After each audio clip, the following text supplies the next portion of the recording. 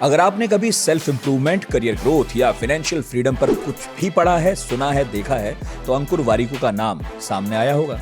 वो सिर्फ एक मोटिवेशनल स्पीकर नहीं है, बल्कि अब एक एंटरप्रेन्योर हैं, इन्वेस्टर हैं, कंटेंट क्रिएटर हैं, अब तो बॉडी बिल्डर भी हैं वैसे। लेकिन सबसे बड़ी बात, एक ऐसे इंसान हैं जो अपनी गलतियों से सीखते हैं और दुनिया को भी सिखाते हैं।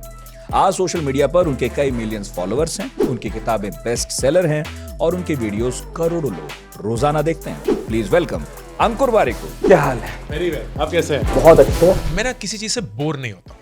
मुझे ज़िंदगी में वैरायटी नहीं चाहिए। मैं सेम कपड़े पहन सकता हूँ, सेम खाना खा सकता हूँ, सेम चीज़ रोज़ कर सकता हूँ। समझ नहीं पा रहा अंकुर वारिकू कौन है इनमें। जो भी इंसान मुझे ये बोल देना, मुझे लगता है कि मेरी ज़िंदगी की जीत हो गई। जो लोग दिमाग वाला काम करते हैं और एक बड़ा वर्ग है जो शारीरिक श्रम करता है, आपकी नज़र में इन दोनों में से कौन सी मेहनत ऐसी है जिसे ज़्यादा रिवॉर्ड मिलना चाहिए? अक्सर मुझसे ज़्यादा नंबर लाता था, उसने बोला यार ये तो गलत जवाब है, ये है सही जवाब। और मैं अरे यार, और मेरे सर ने सुन लिया और उन्होंने बोला आपकी बहन है, होता था आप ना उनको गाली दे रहे हैं। इतना सा भी गुस्सा नहीं आया था जब वो अश्नीर वाली कंट्रोवर्सी हुई थी? मैंने क्या क्या जिंदगी में किया हुआ है, कितने बड़े बड़े स्टार्टअप किए हुए हैं, अभी भी कर रहा हूँ। वो तो एक कंटेंट क्रिएटर, एक इन्फ्लुएंसर है ना, तो उससे क्यों कंपेयर कर रहे हो? आपकी किताब आप लिख रहे हैं?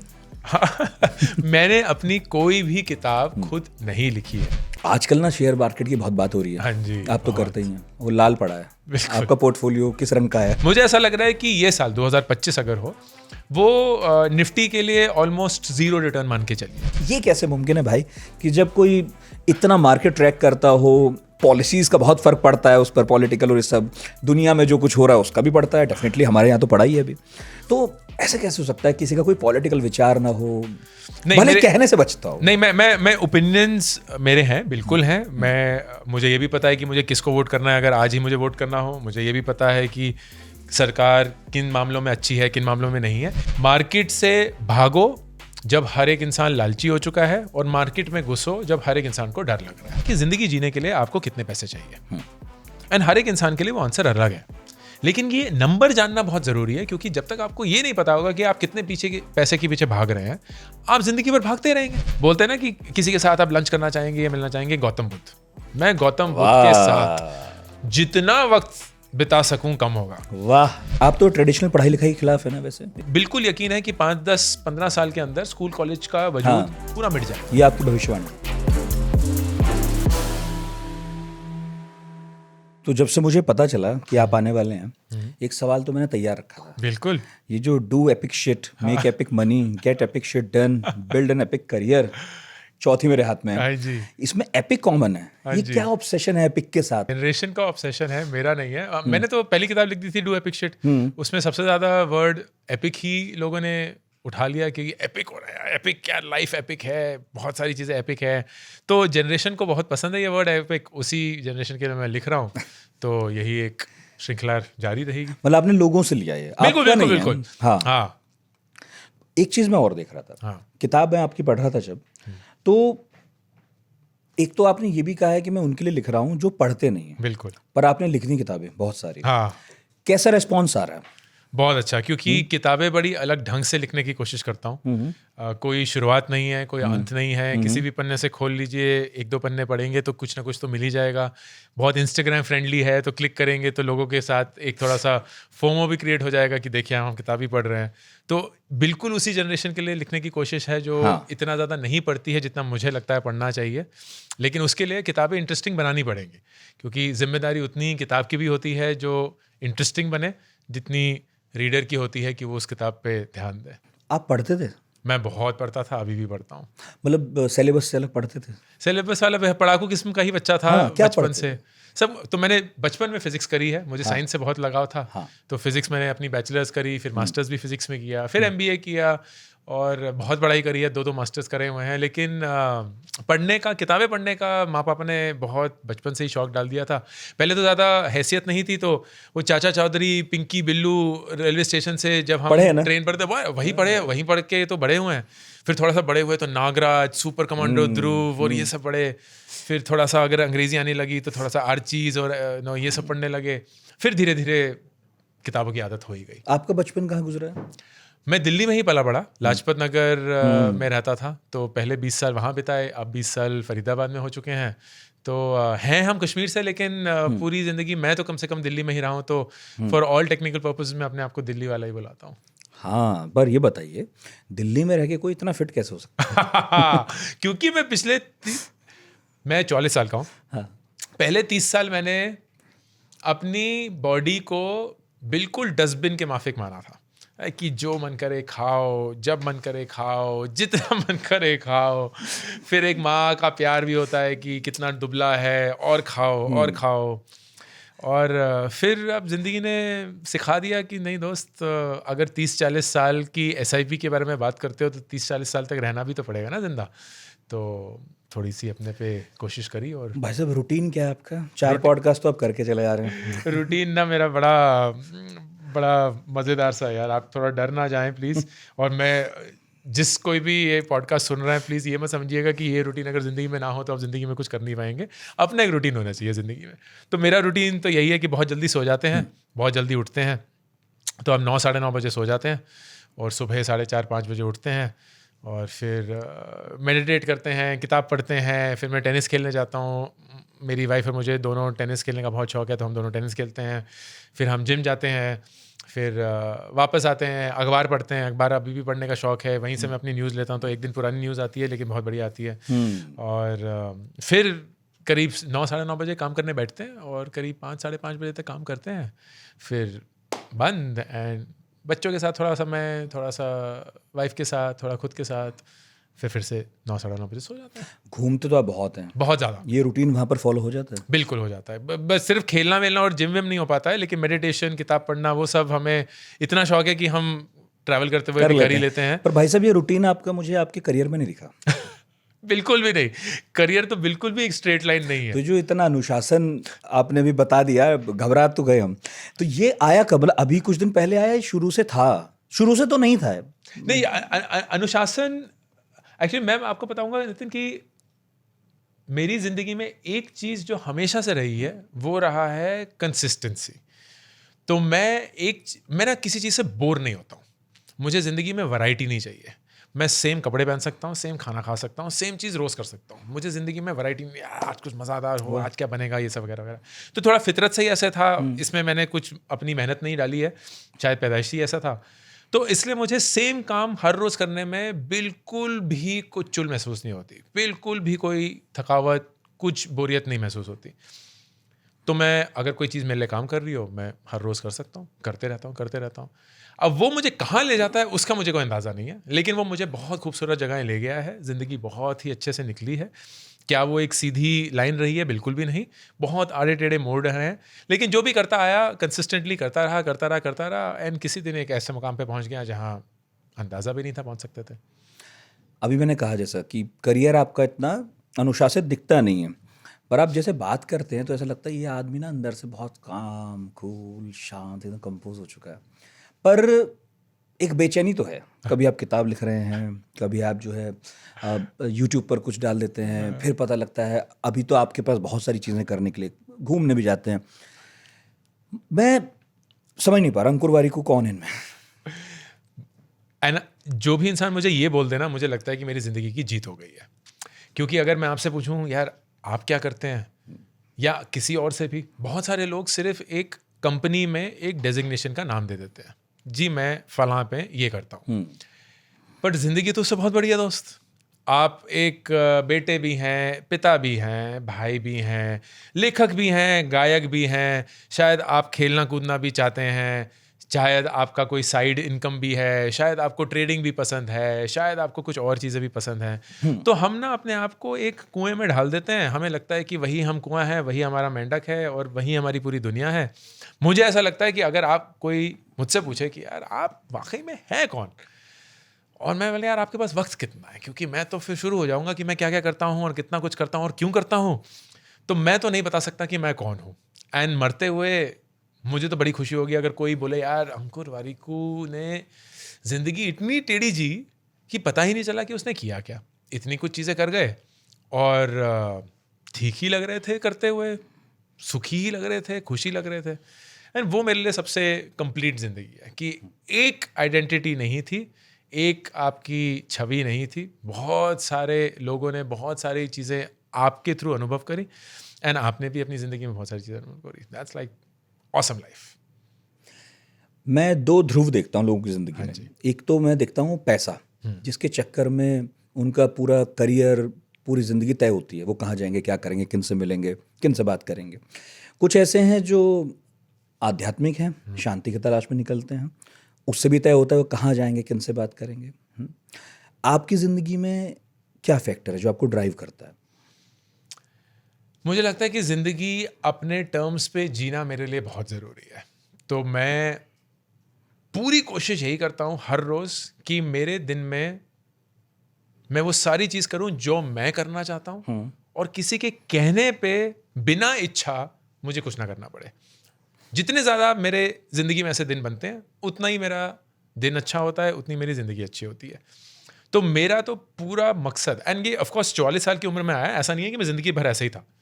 तो एक वक्त था जब मैं पैसे के पीछे था एंड पैसे की तलाश में था. एक वक्त था जब मैं ओहदे के पीछे था और समाज में रुतबा कितना होगा एंड वगैरह वगैरह. एंड वो सब सीख के, वो सब चख कर, वो सब जान कर कि वो कहाँ ले जाता है, किस दिशा में ले जाता है.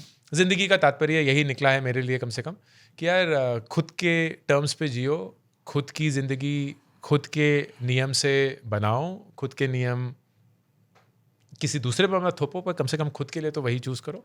एंड जितना ज़्यादा आप ज़िंदगी अपने कहने पे जिएंगे और दूसरे के कहने पे नहीं जिएंगे, उतना ही आप ज़्यादा खुश रहेंगे, क्योंकि आपको कभी भी रिग्रेट नहीं महसूस होगा कि यार काश ये कर लिया होता, काश उसकी ना सुनी होती, काश खुद की सुनी होती. Which I think is the biggest regret that most people have. तो अभी तो यही लग रहा है, अब 10 साल बाद कुछ और पूछेंगे तो कुछ और जवाब दूंगा, पता नहीं. ज़िंदगी तो बदलती रहती है, वही मुझे सबसे खूबसूरत चीज़ लगती है ज़िंदगी के बारे में. अगर मैं क्या ज़िंदगी के करना साथ भाई बदल सब रहा- आगे इसमें मुझे मेरे प्रोड्यूसर ने कहा पूछ लेना. हाँ. पॉलिटिक्स में जाएंगे, मूवी बनाएंगे, कोई आइडिया नहीं इसके है, आगे क्या है, मतलब कोई आइडिया नहीं कुछ नहीं है. पता। एंड ये जो आप बोल रहे हैं ना, मैं बिल्कुल भी मना नहीं करूंगा कि शायद मैं पॉलिटिक्स में हूं. मैं बिल्कुल भी मना नहीं करूंगा कि किसी दिन मैं मूवी बना रहा हूँगा. मैं बिल्कुल भी मना नहीं करूंगा कि किसी दिन मेरा अपना यूनिवर्सिटी होगा. मैं बिल्कुल भी मना नहीं करूंगा कि मैं सब कुछ त्याग के, छोड़ के हिमालय चले जाऊंगा. कुछ भी संभव है.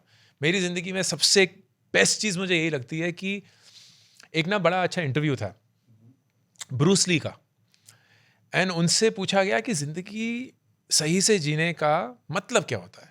एंड ब्रूस ली बहुत खूबसूरत जवाब देते हैं, बहुत गहरा जवाब है. वो बोलते हैं यार पानी बनो, क्योंकि पानी ना बड़ी पावरफुल चीज़ है. आप उसको चाय की प्याली में डालते हैं, वो चाय की प्याली बन जाती है. आप पानी को पतीले में डालते हैं, वो पतीला बन जाता है. आप पानी को मटके में डालते हैं, वो मटका बन जाता है.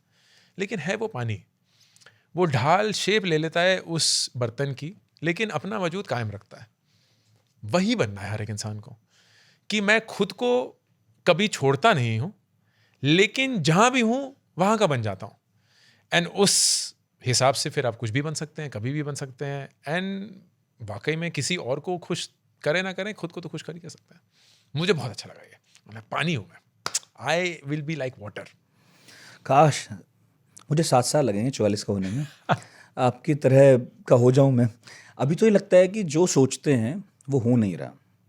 आपकी ज़िंदगी में हो रहा था कभी ऐसा?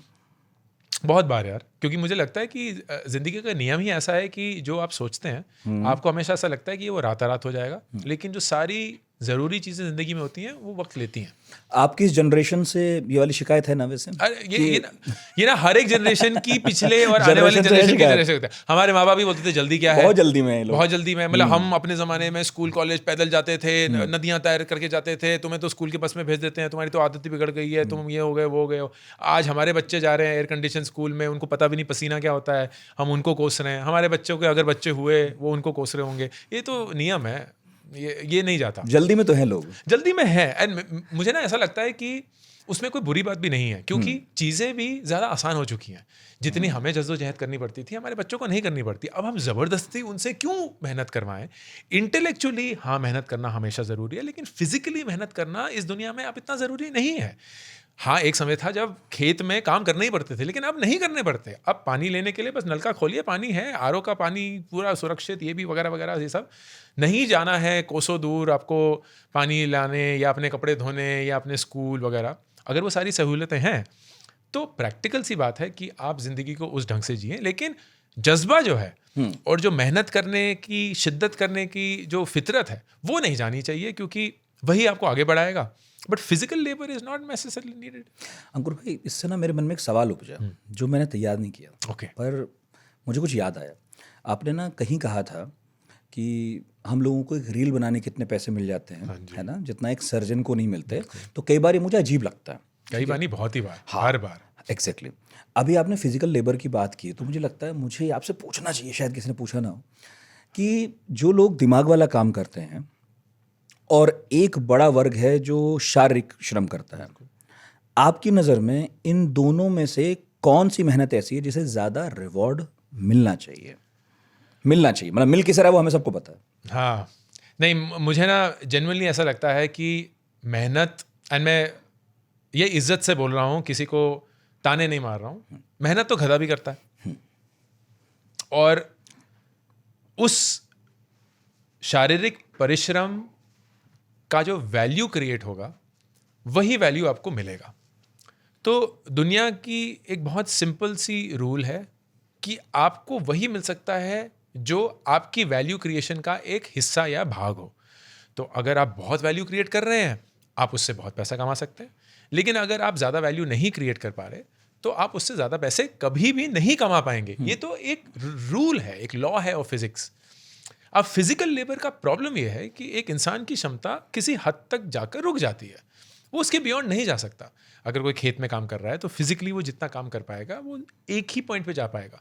इसीलिए जब मशीनें आई, ट्रैक्टर आए, तो थोड़ी और प्रोडक्टिविटी बढ़ी. फिर उसके बाद कोई और उससे टेक्नोलॉजी आई तो और प्रोडक्टिविटी बढ़ी. लेकिन सबसे ज़्यादा प्रोडक्टिविटी तो हम आज के दुनिया में देख रहे हैं ना, जहाँ हम चैट जीपीटी पे जाते हैं और हमारा दिमाग एक्सटेंड हो चुका है. हम अगर कुछ लिखते हैं तो उसको खूबसूरत बनाना, उसको डायरेक्ट बनाना, उसको इमोशनल बनाना, उसको एग्रेसिव बनाना, कोई और आराम से वो काम कर सकता है. एंड हमें सिर्फ उसको कमांड देना है कि यार तुम ये काम करो. बाय डिज़ाइन ये ज़्यादा वैल्यू क्रिएट कर पा रहा है, क्योंकि इसमें मेहनत जो है वो इंटेलेक्चुअल है, एंड दिमाग की क्षमता जो है वो अपरंपार है. हम तो शायद 2 या 5% अपना दिमाग का यूज़ करते होंगे. अगर किसी पॉइंट पे 10-15% यूज़ करना शुरू कर दिया मशीनों के थ्रू या खुद के थ्रू, पता नहीं दुनिया किस लेवल पे चली जाएगी. तो मेरा ये जेन्युइनली मानना है कि नॉलेज वर्कर्स ज़्यादा कमाते हैं और उनको ज़्यादा कमाना भी चाहिए. And that is why it is far more important कि आप स्मार्टली काम करें. हार्ड वर्क से काम नहीं होता है. हार्ड वर्क अनफॉर्चुनेटली उतना ज़्यादा रिवॉर्डिंग नहीं होगा इन द मैनर की फिजिकल लिमिटेशन आपकी हमेशा रहेगी. अब आपके पास सक्सेस है, आप ये मानते हैं आप सफल हैं? हाँ, मैं अंदर से तो बिल्कुल सफल हूँ. मतलब बाहर दुनिया जो भी बोले और जैसे भी बोले, बाहर तो दुनिया सफल ही कह रही है आपको. हाँ, नहीं, मुझे तो फर्क भी नहीं पड़ता. लेकिन मैं खुद की जिंदगी से बेइंतहा खुश हूँ, बहुत खुश हूँ. मेरे पास मैं इस दुनिया का सबसे अनग्रेटफुल इंसान हूँगा अगर मैं बोलूँगा कि मेरी ज़िंदगी में कुछ भी दुख है, कुछ भी तनाव है, कुछ भी कंप्लेंट करने का रीज़न है. बिल्कुल नहीं है. हाँ, मतलब ये तो अपने आप में एक दर्शन भी है ऑब्वियसली, कि हमें महसूस करना चाहिए, हमें कृतार्थ भाव में जीना चाहिए कि हमें एक और दिन मिला, हमें ये सब मिला, ये भी ना होता, ये तो बात ठीक है. मगर ये एक अच्छी मार्केटिंग भी है कि अगर आप ये दिखाएं कि मैं खुश हूँ तो लोग ज़्यादा अट्रैक्ट होंगे. अगर मैं देखूँ ये नहीं मिला, वो नहीं मिला, तो भाई 2-4 दिन कोई सुन लेगा उसका, छोड़ो यार, ये तो रोता ही रहता है. आप जो बोल रहे हैं बिल्कुल सही बोल रहे हैं. लेकिन मेरे लिए ज़िंदगी जीने का एक बहुत इम्पॉर्टेंट क्राइटेरिया होना चाहिए कि मुझे ना मुखौटे नहीं डालने. मुझे ये नहीं करना यार नितिन के सामने मैं ये हूँगा, उनके सामने मैं वो हूँगा, यूट्यूब पे मैं वो हूँगा, इंस्टाग्राम पे मैं वो हूँगा, मॉल में अगर कोई गलती से मिल गया तो फिर ये रूप धारण करना पड़ेगा. मुझे है कि यार मैं यही हूँ, अगर पसंद हूँ तो बहुत बढ़िया है, धन्यवाद. नहीं हूँ तो कोई फ़र्क नहीं पड़ता मेरी ज़िंदगी में, ना ही आपकी ज़िंदगी में. आप आगे बढ़िए, बहुत और लोग हैं जिनसे आप सीख सकते हैं और ज्ञान प्राप्त कर सकते हैं, और मैं तो शायद फिर आपको वो नहीं मदद कर पाऊँगा. तो मेरे लिए बहुत बहुत ज़रूरी है कि मुझे अलग अलग रूप नहीं धारण करने पड़ते अपनी ज़िंदगी में. एक ही अंकुर है, वही आपको यूट्यूब पे भी मिलेगा, वही आपको मॉल में भी मिलेगा, वही आपको रियल लाइफ पॉडकास्ट में भी मिलेगा और किसी और टीवी चैनल पे भी मिलेगा. मैं एक्टिंग करता नहीं हूँ, ना ही मुझे आती है, और ना ही शायद मैं कभी अच्छा एक्टर बन पाऊँ। तो फिल्म नहीं करेंगे आप? फिल्म में एक्ट तो नहीं करूंगा, डायरेक्ट शायद कर सकता हूँ, प्रोड्यूस कर हाँ। सकता हूँ, ना कभी नहीं बोलेंगे जिंदगी में हम। ये तो फॉर्मूला है, ना मत बोलो। ना मत बोलो, ना मत बोलो। फेल होगा तो क्या होगा? एग्जैक्टली, फेल हो गए तो अच्छा, क्या गुस्सा आता है कभी? अब बहुत कम, बहुत ही कम। अगर आता भी है तो ज़्यादातर सड़कों पे ही आता है, क्योंकि दिल्ली की सड़कें ऐसी हैं कि लोग गुस्सा दिलवा ही देते हैं कि यार तुम मतलब क्या ही, थोड़ा सा तो अपने अपने परिवार के बारे में ही सोच लो, खुद के बारे में अगर नहीं सोचना। जब आता है फिर क्या करते हैं? तो कुछ करते नहीं है, बस गाना चला देते हैं और गाना गाना शुरू कर देते हैं। वो गाली देते हैं? नहीं, गाली नहीं देते। गाली नहीं देते, पक्का? बिल्कुल नहीं, बिल्कुल नहीं। एक वक्त था जब मैं देता था, मैं बहुत गालियां देता था। दिल्ली वाली देते थे? बिल्कुल दिल्ली वाली ना, जो पढ़ी लिखी गालियां पूरी। देते थे? नहीं, बिल्कुल बिल्कुल BCMC पूरा। हाँ। और मुझे अभी भी याद है वो दिन, शायद मैंने किसी भी पॉडकास्ट पे कभी ये इस बात का जिक्र नहीं किया है। मैं ना एक बॉयज स्कूल में था, और बॉयज स्कूल में तो शायद पता नहीं इस टीम में कोई भी रहा है कि नहीं, लेकिन हाँ, एक 2 साल की। अच्छा, तो फिर शायद पूरे तरह से अनुभव नहीं किया होगा, लेकिन फिर 13 से 18 वर्ष के बीच लड़के जो होते हैं वो दानव का रूप होते हैं। एक वो टेस्टोस्टेरोन हिट कर गया होता है, पता ही नहीं होता कि क्या कर रहे हैं, लाइक दीवारें तोड़ रहे हैं, लोगों को भूसा मार रहे हैं, क्या कर दूं मैं, क्या कर दूं मतलब कहाँ अपनी एनर्जी डाइवर्ट करूं। तो एक तो वो, फिर दूसरा लड़के ही लड़के हैं तो लाइक कोई शर्मो है अभी नहीं है, सब कुछ दिख रहा है, बट रहा है, सब कुछ हो रहा है। तो उसमें गालियां देना ना, it was like a form of energy release. क्या चल रहा है। तो मुझे अभी भी याद है कि एक दिन एक एग्जाम हुआ था खत्म, हम जैसे वो करते हैं कि भैया आंसर कंपेयर कर रहे थे। जो ज़्यादा मुझसे पढ़ा लिखा था या अक्सर मुझसे ज़्यादा नंबर लाता था, उसने बोला यार ये तो गलत जवाब है, ये है सही जवाब। और मैं अरे यार, और मेरे सर ने सुन लिया ये। और उन्होंने बोला आपकी बहन है? मैं बोला हाँ सर बहन है। होता था आप ना उनको गाली दे रहे थे। बस वो दिन और आज का दिन ख़त्म। कभी उसके बाद ना गाली देने का मौका मिला, ना देने की मन करा। भाई जैसा बात करते हो ना, ऐसा लगता है गुस्सा जा चुका है, गाली भी नहीं दे रहा हूँ मन बहुत शांत फील कर रहा हूँ। अंकुर वारी को संत हो गए। नहीं, कोई संत नहीं है। मैं बोल रहा हूँ ना, मैं जिंदगी बड़े मजे से जीता हूँ यार। मुझे लोग पैसा छोड़कर संत होता है ना, पैसा कमा कर संत कैसे हो गए आप? बिल्कुल वही तो। और मुझे जेन्युइनली ऐसा लगता है कि ठीक है, वो मुझे तो पता भी नहीं है कि संत होना क्या होता है, कि हिमालय में जाके वही अपनी जिंदगी त्याग देना, वो सब ऐसा है ना, या कुंभ के मेले में चले गए, जो भी हैं। लेकिन हाँ, मुझे जेन्युइनली ऐसा लगता है कि समाज में रहते हुए आप बहुत अच्छे से अपनी ज़िंदगी जी सकते हैं, जहाँ आपको वो सारी चीज़ें नहीं करनी पड़ती जो समाज आपको ज़बरदस्ती करवाता है। मत देखिए गंदगी चीज़ें, मत बातें करिए वैसे, मत उलझिए पॉलिटिक्स में, रिलीजन में, मत घुसिए उन चीज़ों में जिसका आपको ना कुछ पता है, ना आपको उस पर टिप्पणी देने की ज़रूरत है। अपनी ज़िंदगी आराम से जीतिए, छोटा सा परिवार है, खुद हैं, उसी को संभाल लीजिए, वही काफ़ी होगा, वही दुनिया के लिए एक बहुत बड़ा तोहफा होगा आपकी ज़िंदगी से। एंड आई रियली फील कि इस दुनिया में तकलीफ़ें इसलिए हैं क्योंकि लोग दूसरों की प्रॉब्लम सॉल्व करने निकल जाते हैं।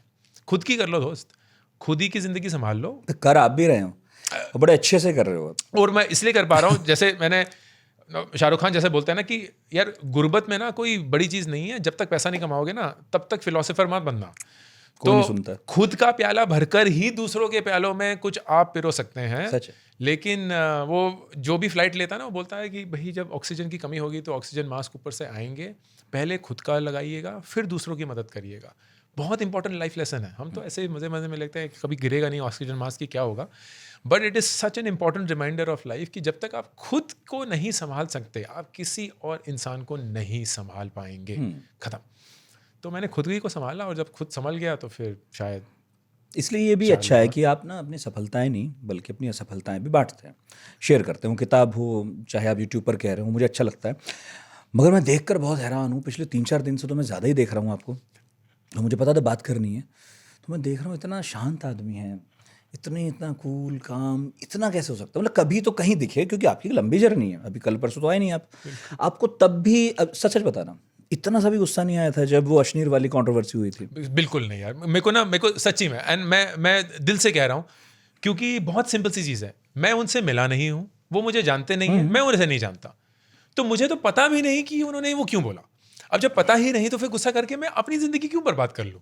मुझे बस हैरानी थी सिंपल हैरानी थी। अगर कभी मैं उनसे मिल भी गया तो फिर शायद इसके बारे में बात होगी या नहीं होगी, जो भी होगा।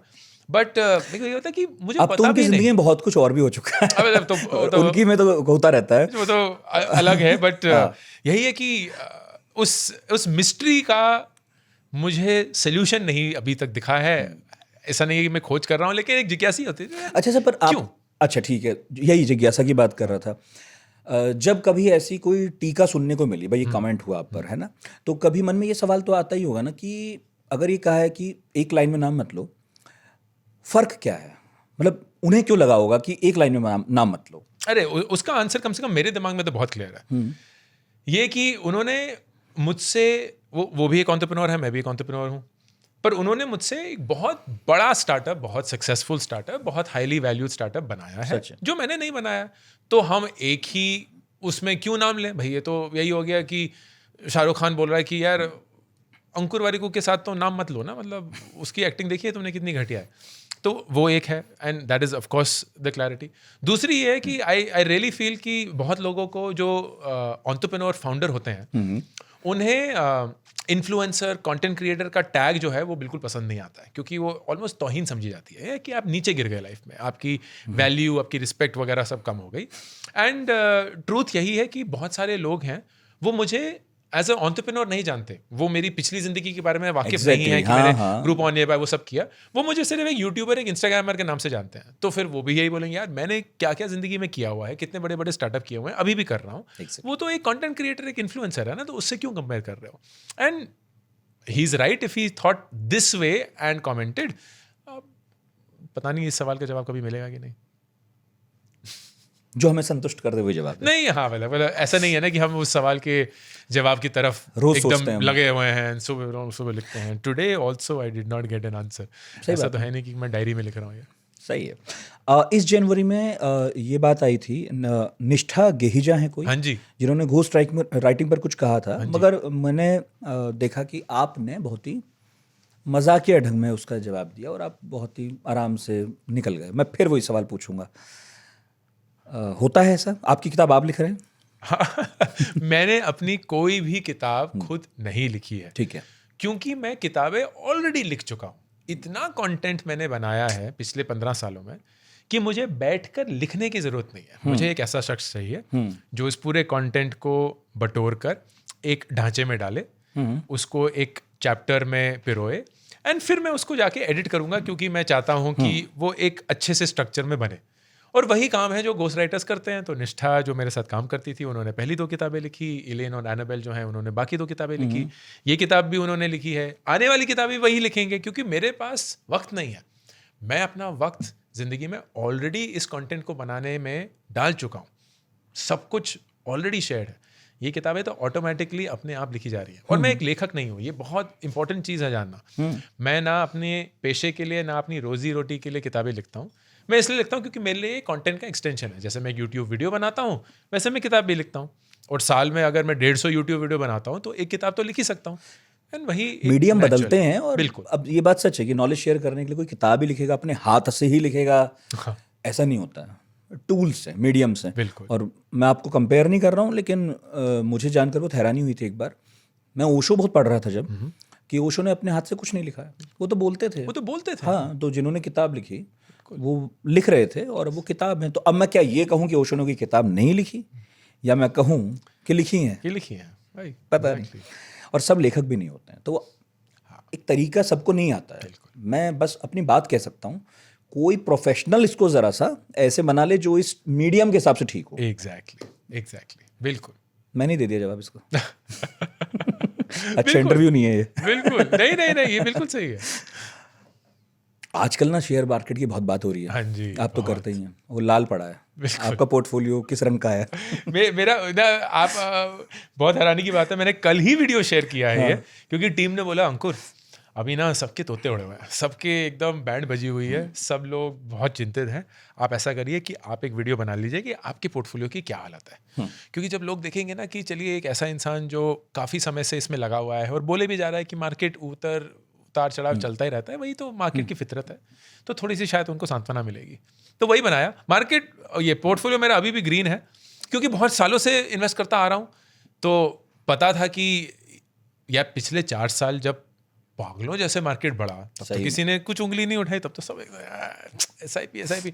अब जैसे ही थोड़ा सा गिरने लग गया, नहीं भाई FD सही था, अंकुर वारिको को गालियां दीजिए कि क्या बेच दिया, सोने को देखिए 12% से भी ज़्यादा रिटर्न दे रहा है वगैरह वगैरह।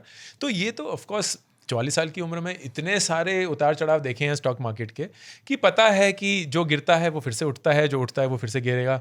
एंड ये तो ये करेक्शन कब तक चलेगा? कुछ प्रेडिक्शन देखे जाइए। ये तो कभी किसी को नहीं पता। अगर किसी को पता होता तो फिर तो वो यहाँ बैठ के प्रेडिक्शन नहीं दे रहे होते ना। आप बहुत समय देते हैं लेकिन, हाँ जी, है ना? तो आपसे पूछना ही सबसे ज़्यादा ठीक होगा कि आप क्या एस्टिमेट लगा रहे हैं? फिर भी एक दिमाग में आइडिया होता है, आपने इतने दिनों तक फॉलो भी किया है, हम जैसे को तो बिल्कुल आइडिया नहीं है। मतलब कब तक लाल रहेगा? मुझे जनरली लग रहा है कि कब तक लाल वाली बात नहीं है, क्योंकि 5 महीनों तक पिछले 30 सालों में कभी ऐसा नहीं हुआ है कि 5 लगातार महीने वो नेगेटिव रिटर्न रहा है। तो एक बहुत बड़ा सा एक इवेंट है। मुझे ऐसा लग रहा है कि ये साल 2025 अगर हो, वो निफ्टी के लिए ऑलमोस्ट 0 रिटर्न मान के चलिए कि इस साल स्टॉक मार्केट आपको कोई भी रिटर्न नहीं देगा। ये भी नहीं कि 6%, 7% या 8%, 12 तो बहुत दूर की बात है। मान के चलिए कि 0 ही रिटर्न आएगा आसपास, टैक्स टूक्स काट के तो बिल्कुल ही आएगा।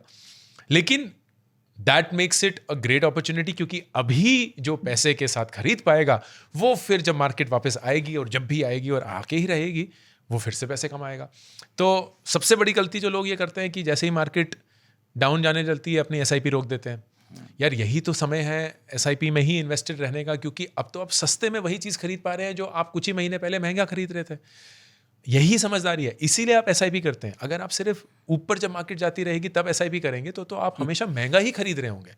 सस्ता भी खरीदना है ताकि वो एवरेज आउट होके आपको एक अच्छी सी पोजीशन। गोल्डन टाइम है खरीदने का। मुझे हमेशा ऐसा लगता है कि वो वॉरेन बफेट बहुत खूबसूरती से बोलते थे कि मार्केट से भागो जब हर एक इंसान लालची हो चुका है, और मार्केट में घुसो जब हर एक इंसान को डर लग रहा है। एंड वही मार्केट का टाइमिंग वाला एक उसूल है, पर मार्केट को टाइम करना ऑलमोस्ट इम्पॉसिबल है। ये तो है। अच्छा, जब आपका नाम लिखते हैं ना बहुत सारे लोग गूगल पर, और साथ में लिखते हैं आपके नाम के नेटवर्थ, एक ऐसा आंकड़ा चमकता है। पता नहीं, मैं सोच रहा हूँ आपसे ही पूछूं, इसमें 0 जोड़ने की घटाने कहाँ, मेरे को समझ ही नहीं आ रहा है ये पैसे कहाँ है। ये मेरे पास तो नहीं है, मेरे पास तो बिल्कुल नहीं है। 30,000 करोड़ 30,000 करोड़ हाँ। 30,000 करोड़। कल मैंने 6 अलग लोगों से दिखवाया तो उन्होंने कहा हाँ यही है। मैं तो गूगल को फिर बिल्कुल सू कर देता हूँ कि यार 30,000 तो है नहीं, आप पता नहीं कहाँ से। नहीं, बिल्कुल बिल्कुल नहीं यार। मैंने सबसे अच्छा कितना दूर है ऐसे करते हैं? अरे नहीं, बहुत बहुत दूर है। मैं आपको, मैंने तो इन सब चीज़ों को सॉल्व करने के लिए मैं खुद ही वीडियो बना देता हूँ कि यार ये रहा मेरा पोर्टफोलियो, ये रही हमारी इनकम, ये रहा हमारी कंपनी का पूरा रेवेन्यू वगैरह। तो सब कुछ साफ साफ है, सब कुछ सामने ही है, आप जोड़ के सब कुछ कर लीजिए। मैं ये बता सकता हूँ कि मैंने ना एक बहुत आई थिंक 3 साल पहले वीडियो बनाया था जो शायद मेरा सबसे पसंदीदा वीडियो है। और वो वीडियो था कि ज़िंदगी जीने के लिए आपको कितने पैसे चाहिए। एंड हर एक इंसान के लिए वो आंसर अलग है, लेकिन ये नंबर जानना बहुत ज़रूरी है, क्योंकि जब तक आपको ये नहीं पता होगा कि आप कितने पैसे के पीछे भाग रहे हैं, आप ज़िंदगी भर भागते रहेंगे, आप कभी रुकेंगे नहीं, क्योंकि आपको तो हर पैसा कम ही लगेगा। तो 27-28 साल की उम्र में मैंने ये कैलकुलेशन अपने लिए करी थी कि यार ये सारी चीज़ें मुझे ज़िंदगी में करनी है, इसका ये खर्चा है, इन्फ्लेशन इसमें डाल देते हैं तो देखते हैं कि कितना रहेगा। उसका आंसर आया था 21 करोड़ 70 लाख रुपए। ओके, ठीक है, बहुत ही प्रिसाइज नंबर था। एंड उसके बाद से वो नंबर मैं हर साल मेजर करता हूँ, एंड नंबर मोटा मोटा 20-22 करोड़ के बीच में ही रहा है। वो नंबर अब मेरी ज़िंदगी में मेरे पास है। तो अगर मैं चाहूँ तो आज कम से कम पैसे के लिए तो काम करना बंद कर सकता हूँ, जो कि नहीं भी करता हूँ, क्योंकि जो भी करता हूँ वो मन से ही करता हूँ। लेकिन अगर कोई भी कभी मजबूरी हो तो मैं सब कुछ त्याग के ये बोल सकता हूँ कि यार ज़िंदगी में जितना पैसा कमाना था और जितनी ज़रूरत है उतना मिल चुका है। अब उससे ज़्यादा अगर मिलेगा भी तो ऐसा नहीं है कि हमें पता है कि इस पैसे का क्या करना है, क्योंकि घर वर खरीदने का शौक़ नहीं है, कपड़े वपड़े खरीदने का शौक़ नहीं है, गाड़ियों का शौक़ नहीं है। तो खर्चा हम सिर्फ ट्रैवल पे करते हैं और अच्छे खाने पे करते हैं। घूमने का शौक है, घूमने का बहुत शौक है, और घूमते हम अच्छा है, और घूमते हम काफ़ी भी हैं। हम पिछले साल कुछ 120 दिन घूमे थे। तो घूमने का हमें बहुत शौक है एज अ परिवार, और अच्छे से हम घूमते हैं, अच्छे जगहों पे रहते हैं, अच्छा बिजनेस फ्लाई करते हैं, ब्ला ब्ला ब्ला। तो उस पर अच्छे से हम पैसे खर्च करते थे, लेकिन उसके भी और पता ही नहीं। तो सबसे अच्छी जगह कौन सी लगी? भारत में बताऊंगा, भारत के बाहर भी बताऊंगा। भारत में हमारी, कम से कम मेरी फेवरेट जगह राजस्थान में, हमें कहीं भी ले जाइए, बहुत बहुत पसंद है, क्योंकि हिस्ट्री है, फूड है, कल्चर है, बड़ा ही अच्छा प्रदेश है। एंड गोवा मुझे तब पसंद है जब भीड़ नहीं होती। तो मॉनसून में मुझे गोवा बहुत पसंद है, क्योंकि बड़ा हरा होता है, बहुत वाटरफॉल्स होती हैं, बहुत अच्छे ट्रैक वगैरह होते हैं। तो ये 2 जगहें। भारत के बाहर एक सुंदर जगह और एक ऐसी जगह जिसने मुझे काफ़ी सरप्राइज किया। सुंदर जगह इटली, बहुत बहुत बहुत खूबसूरत है। लेकिन एक जगह जिसने मुझे जेन्युइनली बहुत सरप्राइज किया वो थी ऑस्ट्रेलिया, क्योंकि मुझे ये लगता है कि भारत से बाहर मैं कहीं भी और रहना नहीं चाहूँगा कभी भी। लेकिन पहली बार जिंदगी में अपने मन को ये बोलते हुए देखा कि अगर भारत को कभी छोड़ना हो तो हम ऑस्ट्रेलिया में रहना चाहेंगे, क्योंकि बहुत ही आउटडोर वाला देश है, बड़े लोग एथलेटिक हैं, बड़े फैमिली ओरिएंटेड हैं, वो बच्चों को स्कूल के बस स्टॉप पे छोड़ने से पहले समुद्र चले जाते हैं तैरने के लिए। बड़ा ही अलग सा कल्चर है, विच वी रियली लाइक, क्योंकि हमारा परिवार भी ऐसा ही है। So that was one place that we really enjoyed as a family. एक चीज़ मैं आपके आने से पहले बोल रहा था, जब मैं बैठा था अपने दोस्तों के साथ, कि हाँ, हम बात कर रहे थे ना कि अपनी वाइफ की बहुत तारीफ करते हैं वो। वही तारीफ लायक, बिल्कुल तारीफ लायक ही है वो। इतनी सारी मेरी ज़िंदगी में चीज़ें उसकी वजह से हुई हैं, इतना सारा मेरा ज़िंदगी को देखने का नज़रिया उसने ढाला है, तो बहुत बिल्कुल। और हर सफल आदमी अपनी पत्नी की तारीफ करता मिलेगा आपको। मुझे लगता है कि हाँ, मुझे लगता है कि बहुत सारी सफलता औरतों की वजह से ही आती है, एंड बहुत सारा तनाव भी औरतों की वजह से ही आता है। एंड इसलिए नहीं क्योंकि वो औरत है, बट आपकी ज़िंदगी में आपका पार्टनर कैसे सोचता है और कितना आपसे मेल खाता है, उससे आपकी ज़िंदगी में इतना कुछ डिटरमिन होता है कि हम ये ना, जैसे आजकल की जनरेशन तो बड़ी आसानी से डिसाइड कर लेती है, अरे हमें तुमसे प्यार है, अब हम तुमसे ही शादी करेंगे। उसमें भी जल्दी में सब, उसमें जल्दी में सबको सेटल होना है बहुत बहुत जल्दी। बट आई रियली फील कि it's such an important decision to make कि आप अपनी ज़िंदगी किसके साथ बिताएंगे। That take your time to do that and be very sure of doing it, क्योंकि अगर वो चल पड़ा तो जेन्युइनली पूरी ज़िंदगी बदल सकती है। अंकुर वारिकू के मतलब लिस्ट में क्या कोई ऐसी बात है जो अब अभी नहीं सीखी है, सीखनी है, बचा है कुछ? हाँ यार, इतनी सारी चीज़ें हैं जो सीखनी है और नहीं आती हैं। मुझे गाने का बहुत शौक है, लेकिन मैं बहुत अच्छा नहीं गाता हूँ, तो मैं गाना सीखना चाहूँगा। आपकी आवाज़ सुन के ऐसा लग नहीं रहा वैसे आप अच्छा नहीं गाते। नहीं, मैं बहुत बेसुरा गाता हूँ, तो मुझे पता है, क्योंकि अब शायद थोड़ा अपने से उम्मीद भी थोड़ी ज़्यादा है, तो इंडियन आइडल के ऑडिशन राउंड में तो नहीं निकल पाऊंगा, ये तो बिल्कुल वो है। बट मैं वैसा वाला भी नहीं होऊंगा, पैरामीटर भी नहीं है फिर। हाँ नहीं, ये वो है ना, एक तो होते हैं वो वाले लोग जो बोलते हैं यार इसमें तो मज़ा आने वाला है ना। अच्छा, फेवरेट गाना कौन सा है जो आपको लगता है मुझे ये वाला गाना है? अरे मुझे ये गाना तो पता है, तो लव आजकल का ये दूरियां, वो गाना जो है वो मुश्किल गाना चुन लिया भाई। बिल्कुल, वो मेरी रूह को छू जाता है। तो फिर वो गाना तो जिस दिन मैंने गा लिया तो मतलब मैं बस डन हूँ यार, वो तो हो गया। टेनिस का मुझे बहुत शौक है, तो मैं टेनिस बाकायदा सीखना चाहता हूँ, प्रोफेशनली भी खेलना चाहता हूँ। लाइक अगर 10 साल बाद आप मुझसे मिलें और मैं प्रोफेशनली टेनिस खेल रहा हूँ तो बिल्कुल भी अचंभित मत होइएगा, मैं तो नहीं होऊंगा, क्योंकि I really like tennis. And I did not know कि टेनिस बहुत सारी उम्र में बहुत सारे चैंपियनशिप लेवल पे भी होता है। तो इस साल मैं 45 का हो रहा हूँ, तो 45 प्लस कैटेगरी होती है, तो उसमें बहुत अच्छी अपॉर्चुनिटी है, क्योंकि मैं सबसे यंगेस्ट होऊंगा 45 प्लस वाली कैटेगरी में। फेवरेट प्लेयर गाना बता दिया बड़ी जल्दी। बड़ा मुश्किल सवाल। देखिए, एज अ इंसान, मैं उसको पर्सनली तो जानता नहीं हूँ, लेकिन लगता है ऐसे। एज अ इंसान एंड एज अ प्लेयर मुझे रॉजर फेडरर बेइंतहा पसंद है, बट एज अ फाइटर मुझे जोकोविच बहुत अच्छे लगते हैं, बहुत ही अच्छे लगते हैं। टाई तो उन्हीं के बीच में चल रही है आजकल, टाई उन्हीं के बीच में वही है। एंड मैं बस हर साल कोशिश करता हूँ यार, एक ग्रैंड स्लैम जीत जाओ जोकोविच, 25 ग्रैंड स्लैम हो जाएंगे, आपकी ना जिंदगी सेट हो जाएगी, सब कुछ आपने जिंदगी में कर लिया है, यही एक बस चीज़ रह गई है। तो आई रियली विश इट। कोई ऐसा भी है जिससे मिलने की इच्छा है?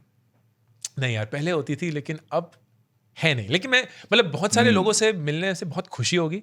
मैं शाहरुख खान से एक दिन बहुत बहुत खुशी से मिलना चाहूँगा, बहुत सारे इंटरनेशनल, रॉजर फेडरर से मिलना चाहूँगा, मेसी से मिलना चाहूँगा। कोई है हिस्ट्री में? कोई है हिस्ट्री में? तो एक इंसान है जो ऑफ कोर्स अब नहीं मिल सकते, लेकिन अगर बोलते हैं ना कि किसी के साथ आप लंच करना चाहेंगे या मिलना चाहेंगे, गौतम बुद्ध।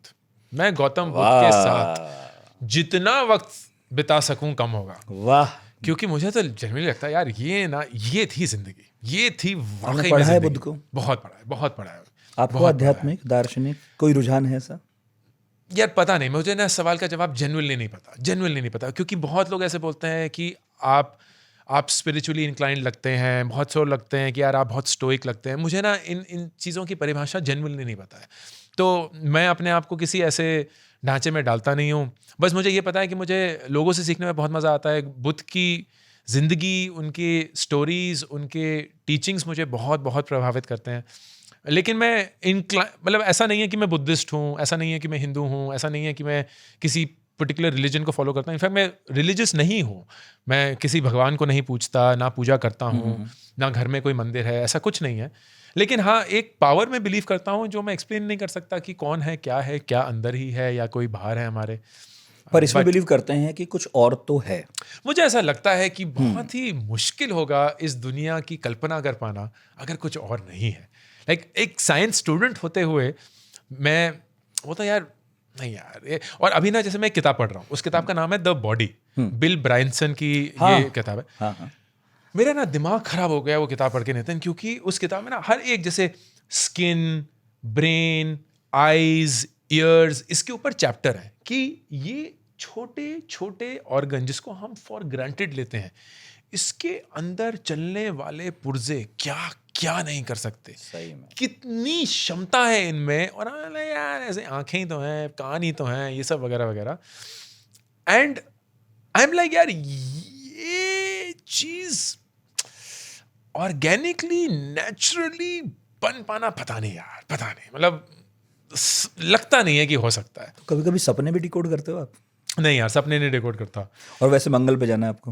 मंगल पे जाने का तो बहुत अरमान है, एंड आई होप पूरी दुनिया को पता चल गया आपको मंगल पर जाना नहीं, है। मुझे लाइक मैं चाहता ही हूँ कि दुनिया को पता चले, क्योंकि एक वक्त तो था जब मैं पहला इंसान बनना चाहता था धरती का कि तारे तो मंगल पे देखते जाऊं। होंगे ना? तारे मैं देखता था, अब इतने नहीं दिखते क्योंकि दिल्ली में तो दिखते भी नहीं है, बट तारे इतना नेकेड आई से देखने का कभी शौक नहीं था, हमेशा उनको स्टडी करने का शौक था। वही क्योंकि वही करते थे ना, तो उनसे लाइट जो आ रही है वो देखते थे, टेलीस्कोप से करते थे, उसको डेटा में कन्वर्ट करके उसको नापने की कोशिश करते थे। लेकिन कभी ऐसा नहीं था कि यार ये तारे देख रहे हैं, क्या हो रहा है, तो वो नहीं। जो इस आसमान में कुछ ढूंढ रहा है, मैंने कई बार देखा है कि या तो वो ये बात से मना कर देता है कि देखो यार कुछ ऐसा हो सकता है, क्योंकि कोई शक्ति नहीं है, या वो बहुत ही ना बेचैन हो जाता है और वो बार बार ये कहता है कि कुछ और भी हो सकता है। मतलब ये दोनों एक्सट्रीम है, बट मैंने लोगों को इन एक्सट्रीम्स पे जाते देखा है। बिल्कुल, बट मैं इस पर नहीं बात करूंगा, क्योंकि मेरे मन में एक सवाल और है जो मैंने कहा वो तो पूछूंगा ही।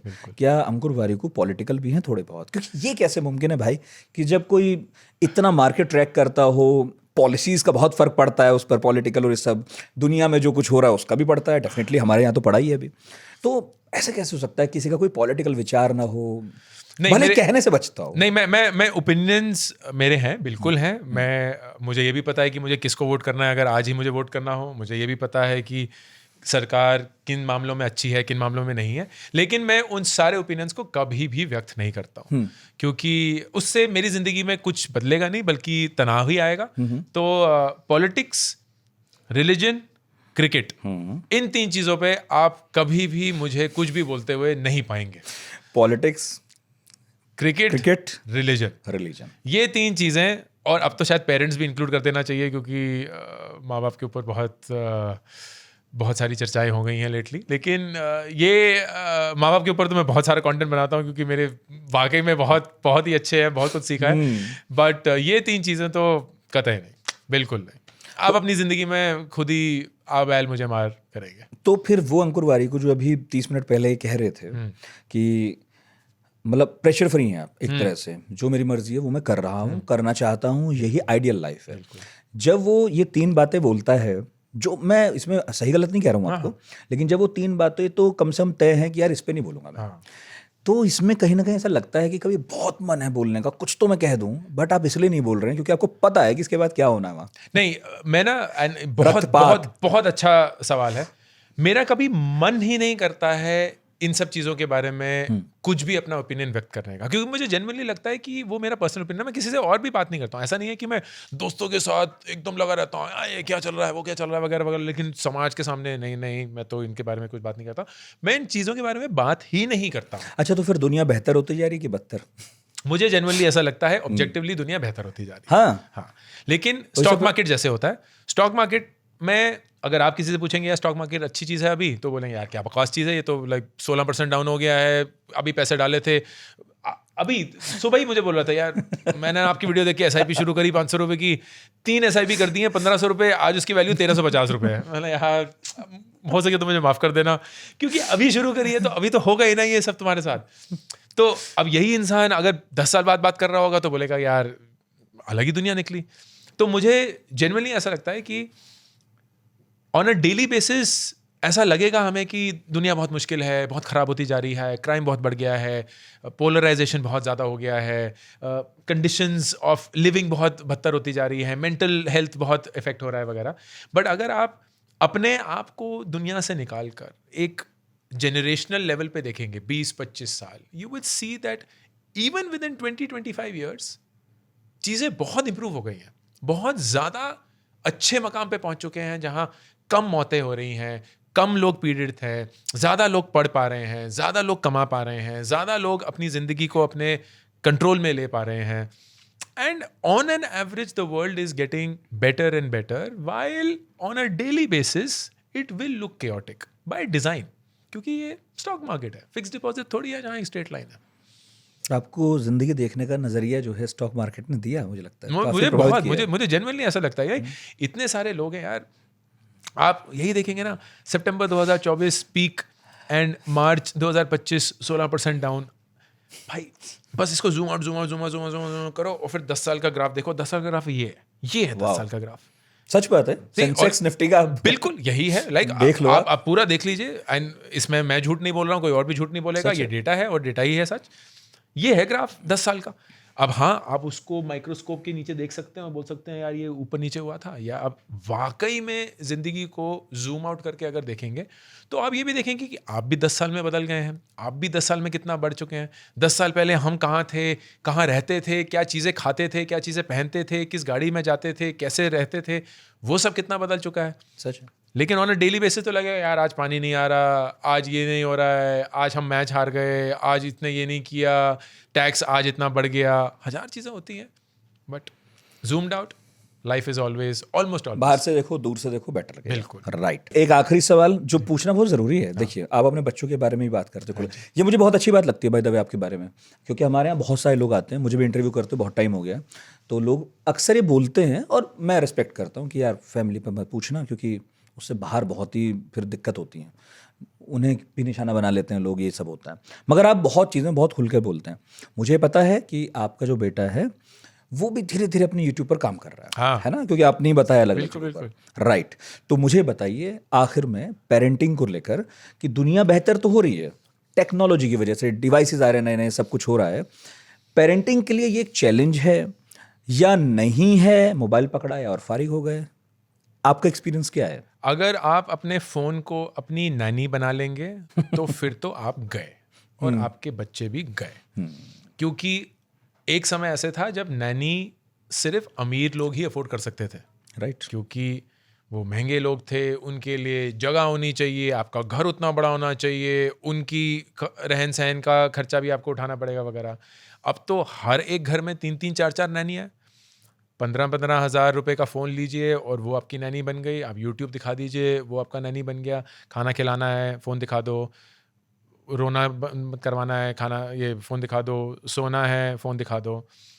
तो अगर आप अपनी जिम्मेदारी से हटने के लिए फ़ोन को यूज़ करना शुरू करेंगे तो आप मेरे हिसाब से इनजस्टिस कर रहे हैं to the concept of parenting.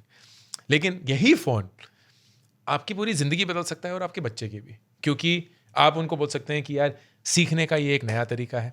School में आप जो सीखते हैं वो सीखते हैं कि यहाँ वीडियो के फॉर्मेट में आप ABCD अच्छे से सीख सकते हैं, पाइथागोरस थ्योरम अच्छे से सीख सकते हैं, म्यूज़िक सीख सकते हैं, किताबें पढ़ सकते हैं, मूवीज़ देख सकते हैं एंड जेन्युइनली अपने आप को बेस्ट क्वालिटी कंटेंट दे सकते हैं। आप तो ट्रेडिशनल पढ़ाई लिखाई के खिलाफ है ना वैसे इस तरीके के? मैं अब तो धीरे धीरे मुझे तो बिल्कुल यकीन है कि 5-10-15 साल के अंदर स्कूल कॉलेज का वजूद पूरा मिट जाएगा। ये आपकी भविष्यवाणी है? पूरा मिट जाएगा, पूरा। सिर्फ टॉप कॉलेजेस, टॉप इंस्टीट्यूट्स रहेंगे, लेकिन ये वारिको इंस्टीट्यूट ऑफ मैनेजमेंट सब गए, सब बकवास है।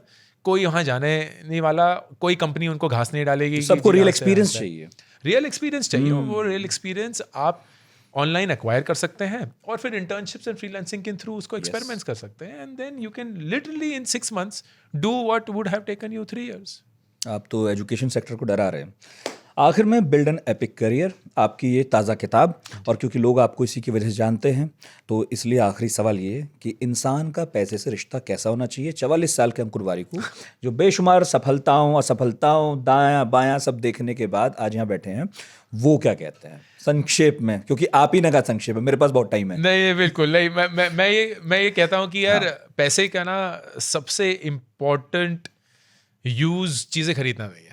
पैसे का सबसे इम्पोर्टेंट यूज है आपकी ज़िंदगी में आपके लिए ऑप्शंस क्रिएट करना, आपकी आज़ादी कि आप काम करना चाहते हैं या नहीं, किसके साथ करना चाहते हैं या नहीं, कहाँ करना चाहते हैं या नहीं, कहाँ रहना चाहते हैं या नहीं, क्या पहनना चाहते हैं या नहीं, क्या चलाना चाहते हैं या नहीं. पैसा आपको वो आज़ादी देता है.